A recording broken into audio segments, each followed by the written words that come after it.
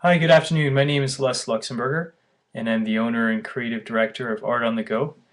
Hope you're having a wonderful creative day. The weather outside is quite beautiful as I look out through the window. The sun's out, and that energy is really lifting me up, allowing me to reach new creative heights today. So I just wanted to explore and share with you today the role of the artists in creating and sustaining wealth in our communities and in our world in general.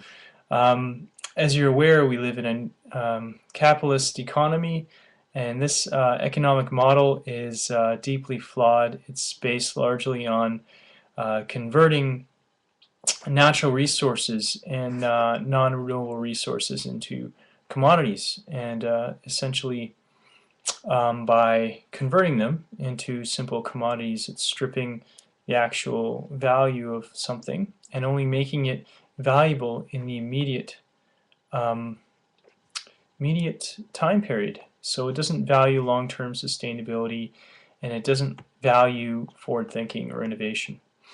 So in that regard, I was given some thought to the role of the artist in environmental sustainability and conservation. And I'm I'm going to be giving a talk at the Art for All Canada conference in March 2nd and 3rd, and that's happening at Metro Hall in Toronto.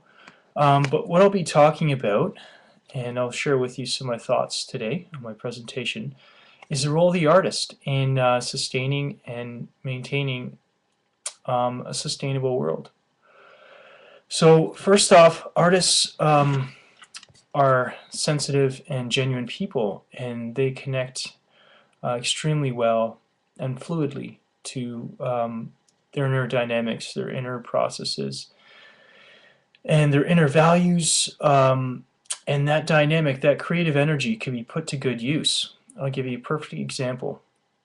My organization, Art on the Go, is implementing an environmental art for sustainability program in York Region this year in 2012. And what we will be doing is partnering with different conservation authorities and conservation organizations to bring art and music gardens into ecological restoration sites.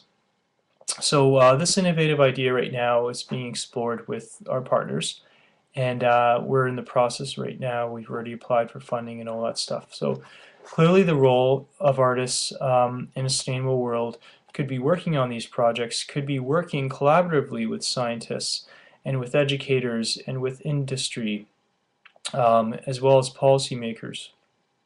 Now it's a little tricky um, because a lot of these silos, government, industry, and so on, historically have operated out of self-interest. But now there's such a strong demand to protect natural areas and nature that we must shift from that silo and individual mentality to a collaborative mentality. So working together and forming more innovative partnerships and sharing knowledge, sharing wealth, sharing ideas. This is quite difficult for some people to let go of ownership over their own idea.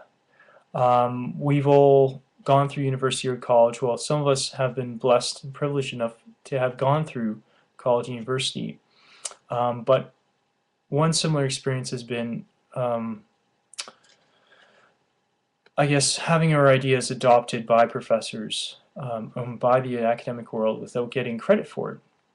So intellectual property is very important to a lot of people, but being able to let go of that, having the grace to let go of that idea and see that seed planted in our communities in the world is far more valuable than maintaining ownership over that idea. Artists will also be able to use their creative talents and creative innovation in environmental sustainability projects, whether it's green energy, whether it's reforestation, whether it's conservation, habitat protection measures.